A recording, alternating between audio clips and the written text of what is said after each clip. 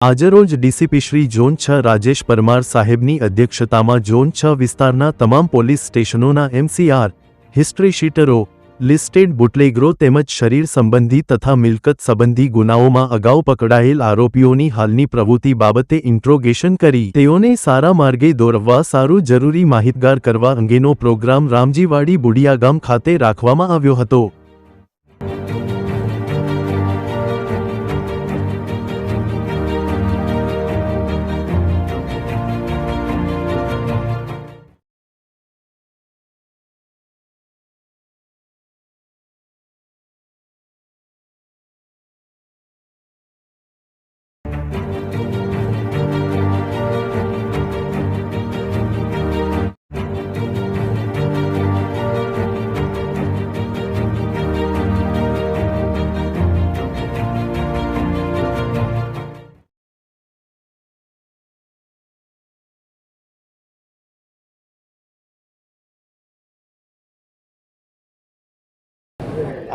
આજરોજ સીપી સાહેબની સૂચનાને માર્ગદર્શન હેઠળ જે ઝોન 6ના જે 6 પોલીસ સ્ટેશન આવે છે તેમાં બોડી ઓફેન્સ, ટપોરી, એચએસ ની ઓળખ પરેડ રાખવામાં આવી છે।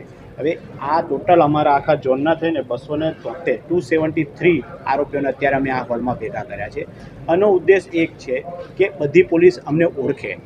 ધારો કે એક બે માણસ પોલીસ સ્ટેશનના ઓળખતા હોય, ભૂતકાળમાં જેણે પકડ્યા હોય 10 વર્ષના અમે ટોટલ બોડી ઓફેન્સના આ આરોપીઓને લીધેલા છે, તો અમને ખબર રહે કે આ આરોપી અમારા વિસ્તારનો છે। પહેલો ઉદ્દેશ અમારો એક આ છે।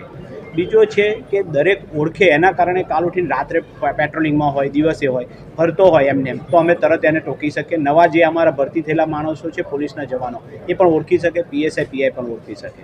આના કારણે એક એવું થાય કે એનામાં ડર પેદા થાય કે પોલીસ મને ઓળખે છે, કોઈ પણ ગુનો કરવાના વિચાર પહેલાં પણ।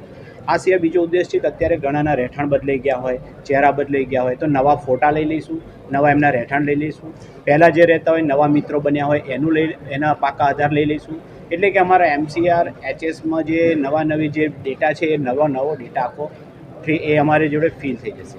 બીજો એ છે કે અમે અત્યારે એમને સૂચના આપી દઈશું કે પોલીસની નજર છે, એક સાયકોલોજીકલ ઇફેક્ટ થશે કે પોલીસની નજર તમારા પર છે, તમને આટલા અધિકારીઓ ઓળખે છે, એટલે કંઈ પણ આવું હશે તો તરત તમને પર અમારી વોચ રહેશે, એટલે ગુનો કરતા અટકાય।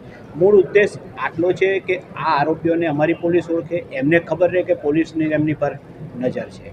એટલા માટે થઈને આ સીપી સાહેબની, અમારા સેક્ટર સાહેબની સૂચના અને માર્ગદર્શન હેઠળ અમારા ઝોનના બંને એસીપી શ્રી દીપ વકીલ સાહેબ, ગોયલ સાહેબ અને 5-6 પીઆઈઓ અને બધા પીએસઆઈઓએ આ રીતનું એક આજે આયોજન કરેલું છે।